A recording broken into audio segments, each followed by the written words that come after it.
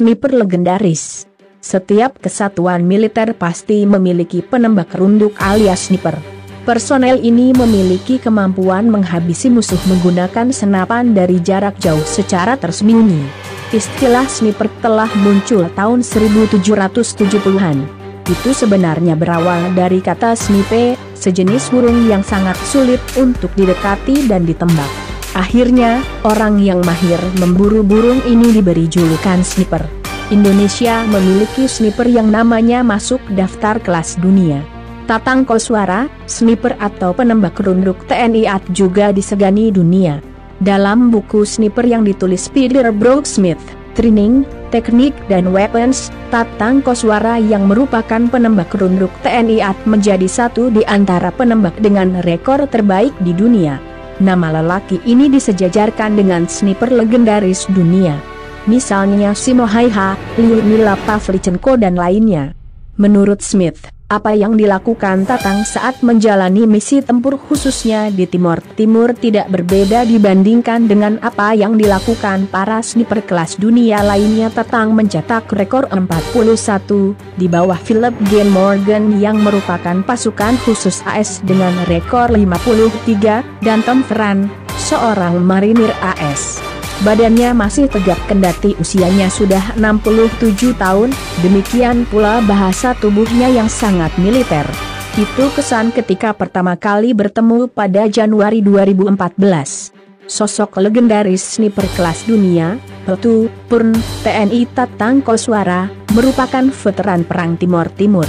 Dalam misi tempur sebagai seorang sniper di medan tempur Timor Timur, tugas Tatang memburu pimpinan tertinggi Fretilin saat itu, 1975, Nichalo Lobato. Sebagai sasaran paling potensial yang bernilai tinggi, Tatang melaksanakan perburuan total terhadap orang nomor 1 Fretilin ini. Kadang, operasi perburuan Lobato sampai menggunakan helikopter. Tatang ditugaskan secara khusus untuk memburu Lobato. Tim dari pasukan khusus TNI dalam operasi tempur bersandi Operasi Nanggala 28. Butuh perjuangan keras untuk memburu Lobato, karena tokoh nomor 1 Fretilin itu dijaga secara berlapis. Dalam pertempuran sengit untuk mengejar Lobato, Tatang bahkan tertembak di betis kaki kirinya. Tapi setelah membebat luka tembak dengan bendera merah putih seukuran sapu tangan yang selalu dibawanya, Tatang tetap melanjutkan pertempuran. Seorang sniper sejati sebenarnya yang bertempur hingga gugur di medan perang. Tapi saya bersyukur bisa selamat dari medan perang dan bisa pulang serta bercerita mengenai pengalaman tempur saya, tutur Tatang. Misi pertama Tatang ketika konflik bersenjata di Timor Timur makin merugikan pasukan TNI. Tatang yang saat itu sudah selesai mengikuti pendidikan sniper dan kursus anti-teror yang diselenggarakan oleh personel pasukan Baret Hijau Militer AS, Green Beret, di Pusat Pendidikan Kopassus Batu Jajar, Bandung, dengan hasil memuaskan benar-benar telah tercetak sebagai prajurit sniper yang siap tempur. Namun, sebagai personel organik di satuannya, Tatang juga masih aktif bertugas di lingkungan Pusenif dan menjabat sebagai Bintara Komandan Peleton Komunikasi, Baton Tonkom, berpangkat Sersan 1, Sertu. Tugas utama Tatang di Pusenif adalah menguji persenjataan tempur ringan TNI AT setelah diperbaiki atau dikembangkan, seperti senapan AK-47 dan G3. Kadang Tatang menguji banyak senapan serbu dengan cara menembakkan ke sasaran sehingga melalui kesempatan uji senjata itu akurasi tembakan jitunya selalu terpelihara.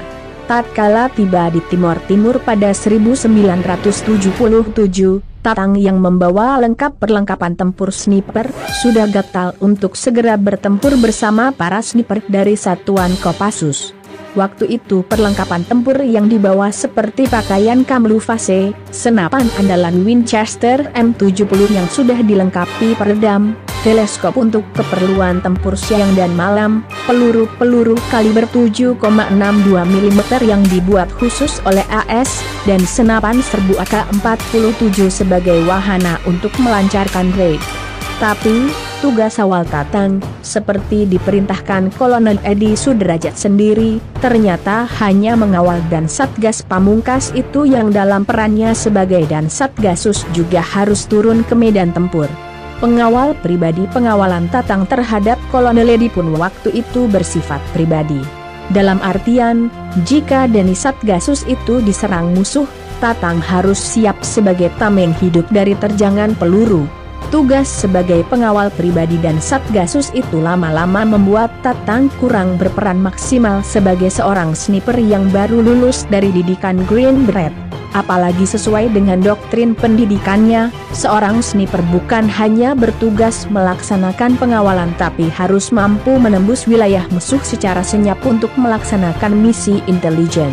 Selain itu, sniper yang berhasil memasuki jantung wilayah musuh tanpa terdeteksi juga bertugas menciptakan kekacauan dengan cara melumpuhkan sasaran terpilih, khususnya komandan tertinggi yang bertugas mengendalikan jalannya peperangan. Demi bisa menjalankan fungsi sniper yang sesungguhnya di medan tempur, Tatang pun kemudian memberanikan diri untuk minta izin kepada Kolonel Edi untuk masuk ke medan tempur lawan dan ternyata diperbolehkan. Tatang terjun dalam pertempuran di kawasan Lautem, Los Palos Utara, dan masih menghadapi perlawanan sengit dari Fretilin. Melalui taktik perang gerilya yang diterapkan di kawasan pegunungan dan pantai, pasukan TNI harus bertempur mati-matian untuk menghancurkan kekuatan Fretilin.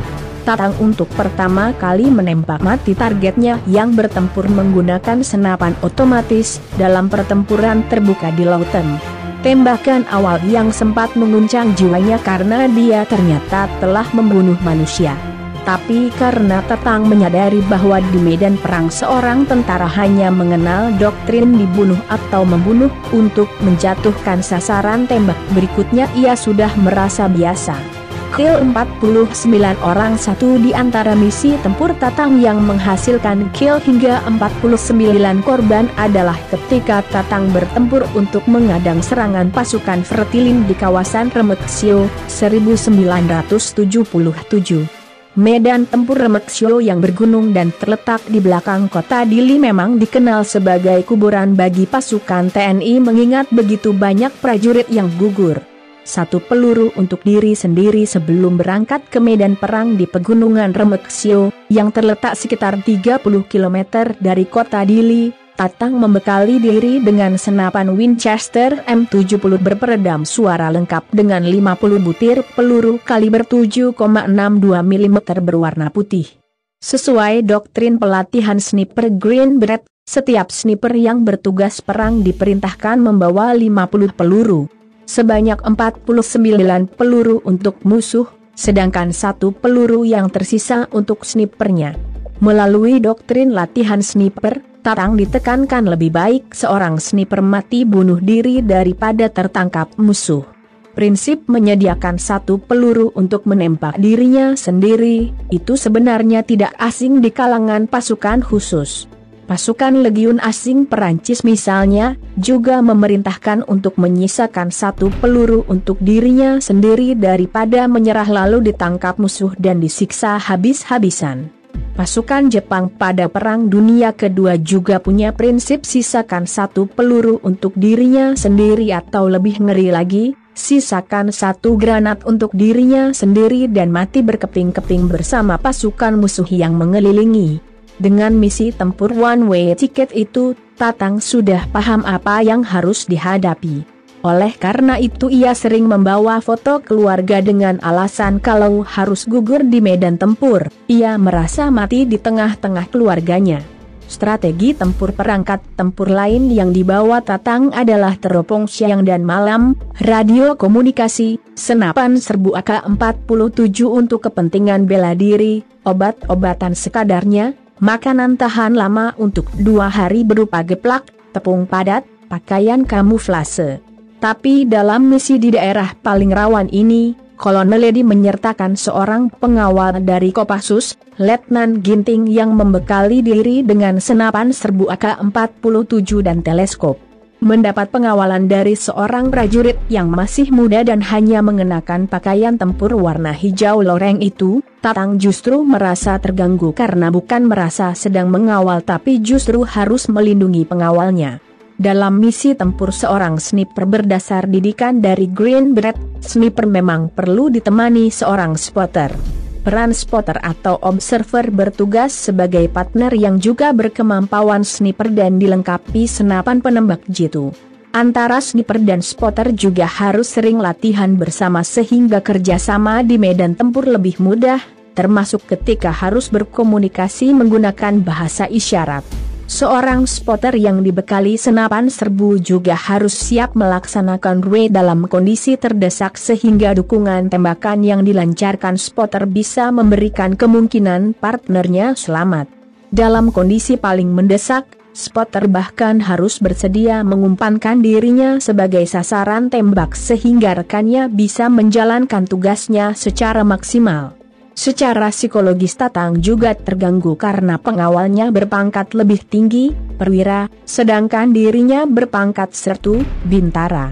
Tapi dalam misi tempur yang harus bertaruh nyawa itu, Tatang terpaksa memerintah dan mengatur strategi tempur karena pengalaman tempur Letnan Ginting masih minim, khususnya dalam taktik tempur sniper. Menurut Tatang, jika penembak jitu sudah mulai memakan korbannya, rekan-rekan korban yang panik biasanya akan mencari lokasi sembunyi sniper di tempat paling tinggi lalu menghujaninya dengan tembak mortir atau senapan mesin. Jika kedua senjata berat itu tidak ada, mereka juga akan memuntahkan peluru senapan serbunya secara membabi buta. Dalam jarak tembak radius 300 meter, senapan serbu yang ditembakkan secara serempak bisa membabat semua sasaran secara telak dan mematikan. Sulit menghindari siraman peluru senapan serbu yang ditembakkan serentak secara merata oleh puluhan prajurit sekaligus. Untuk menghindari akibat fatal itu, Tatang lalu mengajak Ginting bersembunyi di pinggir tebing curam yang dari sisi lokasi sangat tersembunyi dan tidak mungkin didatangi pasukan musuh. Lokasi itu harus dicapai meskipun dengan susah payah karena banyak semak berduri dan kemungkinan ada ularnya. Untuk bertemu ular, Tatang memang tidak masalah karena dirinya memiliki ilmu kebal semua bisa ular. Artinya ia bisa menyingkirkan ular itu dengan mudah tanpa harus membuat Ginting terganggu. Setelah menemukan tempat yang dicari, Tatang pun menyiapkan senapan M70-nya didampingi Ginting yang dari sisi teknik kamuflase kurang maksimal. Tatang hanya bisa berharap rekannya yang masih hijau itu tidak berbuat ceroboh, seperti menembak tanpa perintah, karena berbuat kecerobohan bisa berarti nyawa keduanya melayang. Dalam situasi kritis itu Tatang memang terpaksa bertindak sebagai pengendali meskipun pangkat Ginting jauh lebih tinggi. Penilaian Tatang ternyata tepat. Esok harinya posisi ketinggian yang disarankan Ginting untuk mengendap ternyata diperiksa patroli musuh yang jumlahnya puluhan. Tak berapa lama kemudian ratusan pasukan Vertilim berkumpul di lokasi ketinggian itu dan tampaknya mereka sedang menyiapkan rencana untuk menyerbu pasukan TNI. Jarak mereka hanya sekitar 50 meter dan jika ditembak para gerilyawan itu akibatnya sangat riskan, posisi Tatang dan Ginting pasti ketahuan. Tatang terkejut menghadapi musuh yang jumlahnya ratusan itu, tapi tugas untuk menghambat musuh atau bahkan memukul mundur harus dilakukan. Sniper Tatang Koswara, sosok hebat yang pernah digung-kagum mantan Panglima ABRI dan Menteri Pertahanan Keamanan Edi Sudrajat, diketahui mereka jadi kagum dengan sniper Tatang Koswara saat bertempur di Timor Timur, sekarang Timor Leste. Berdasarkan kisahnya, pada waktu itu sniper Tatang Koswara ditugasi mengawal dan Satgas Jenderal TNI asal Jambi Edi Sudrajat, yaitu pada misi di Timor Leste. Namun apa yang terjadi, Tatang Koswara tak cuma mengawal Jenderal TNI kelahiran Jambi, 22 April 1938 itu, sniper legendaris Kopassus ini malah ikut bertempur habis-habisan di garis depan. Berikut kisah lulusan Akademi Militer Nasional pada 1960 yang kenyang pengalaman ini saat jalankan misi dengan Tatang Koswara seperti warta kotalive.com kutip dari Tribun Jambi berjudul Pertempuran Jenderal TNI asal Jambi bersama sniper legendaris Kopassus, kaget lihat jumlah korban. Untuk memecah perhatian lawan Tatang lalu mengontak Kolonel Edi Sudrajat dengan radio agar pasukan TNI yang sedang berpatroli menyerang pasukan Vertilin itu dari sisi timur. Tak berapa lama tembakan gencar pun meletus dari arah timur dan kelompok pasukan Vertilin di depan Tatang mulai pecah perhatiannya. Tatang lalu melakukan penilaian apakah tembakan senyap yang dilancarkannya aman bagi diri dan sekaligus pengawalnya. Untuk menghindari malapetaka, Tatang yang sudah memasang peredam memerintahkan Ginting agar tidak melepaskan tembakan kecuali dalam kondisi sangat terdesak karena suara tembakan akan memberitahu posisi mereka. Setelah melakukan perhitungan cermat bahwa musuh sudah berada di atas 300 meter jaraknya, Tatang pun mulai membidik dan satu persatu menjatuhkan musuh potensial, khususnya yang memegang senjata otomatis. Tembakan jitu Tatang yang semuanya menghantam kepala musuh langsung menimbulkan suasana kacau. Musuh yang berada pada jarak tembak 300 hingga 600 meter itu. Musuh berusaha melepaskan tembakan balasan secara membabi buta dan serentak tapi tidak pernah menyasar ke tempat Tatang dan pengawalnya bersembunyi. Apalagi jarak antara Tatang dan Ginting dengan para gerilyawan di atas 300 meter sehingga akurasi lesatan arah peluru senapan serbu sudah tidak maksimal lagi. Kena kepala musuh, Letnan Ginting akhirnya baru sadar akan kemampuan Tatang ketika dalam jarak antara 300 sampai 900 meter, Tatang berhasil menumbangkan sasaran terpilih dengan tembakan jitu di kepalanya. Diam-diam Letnan Ginting meneropong sekaligus menghitung sasaran yang berhasil dijatuhkan Tatang dalam misi tempur di Remetsyo dan sedikitnya 49 musuh berhasil dirobohkan. Ia juga menyaksikan bagaimana komandan musuh yang sedang naik kuda dan sibuk memerintah tiba-tiba terjatuh akibat tembakan jitu Tatang yang tepat menghantam bagian kepala. Kekacauan komando pasukan musuh langsung terlihat akibat tewasnya sang komandan. Beberapa gerilyawan Vertilin menembakkan senjata secara membabi buta ke berbagai arah. Seorang personel pembawa radio yang sedang berusaha melakukan komunikasi terpaksa ditembak Tatang di bagian dada karena jarak tembaknya sudah sekitar 900 meter. Pelurunya menembus dada sekaligus merusakkan komunikasi yang dibawanya. Letnan Ginting hanya bisa geleng-geleng kepala melihat aksi tempur Tatang dengan metu kepalanya sendiri itu. Hasilnya, hari itu misi tempur sukses karena musuh melarikan diri. Dari 50 butir peluru yang dibawa Tatang tinggal 1 butir peluru yang tetap dibawanya kembali menuju ke markas. Dalam setiap tugas pengendapan Tatang ternyata tak pernah membawa buku catatan yang biasa digunakan para sniper untuk mencatat jumlah kill. Tatang bahkan tidak begitu peduli terhadap jumlah musuh yang telah dirobohkannya. Tapi diam-diam Ginting menghitungnya dan sekaligus menjadi saksi betapa piawainya Tatang saat itu bertempur sebagai sniper. Kolonel Edi Sudrajat kaget kekaguman Letnan Ginting akan kemampuan menembak jitu Tatang kemudian dilaporkan kepada Kolonel Edi Sudrajat dan tercatat secara resmi sebagai confirmed kills.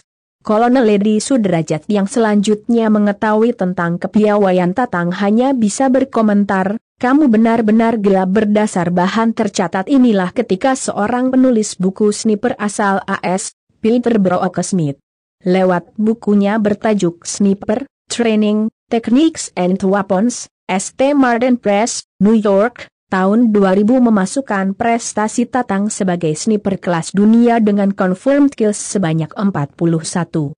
Jumlah kills 41 yang dicatat Peter sebenarnya jauh dari hitungan sebenarnya karena Tatang sendiri dalam misi tempurnya di Timor Timur mengaku telah menumbangkan sasarannya lebih dari 100 orang. Hampir semua musuh bersenjata yang saya tembak kena di kepala. Semua sniper memang didoktrin untuk menembak musuh di bagian kepala karena langsung membuat korbannya mati tanpa merasakan apa-apa.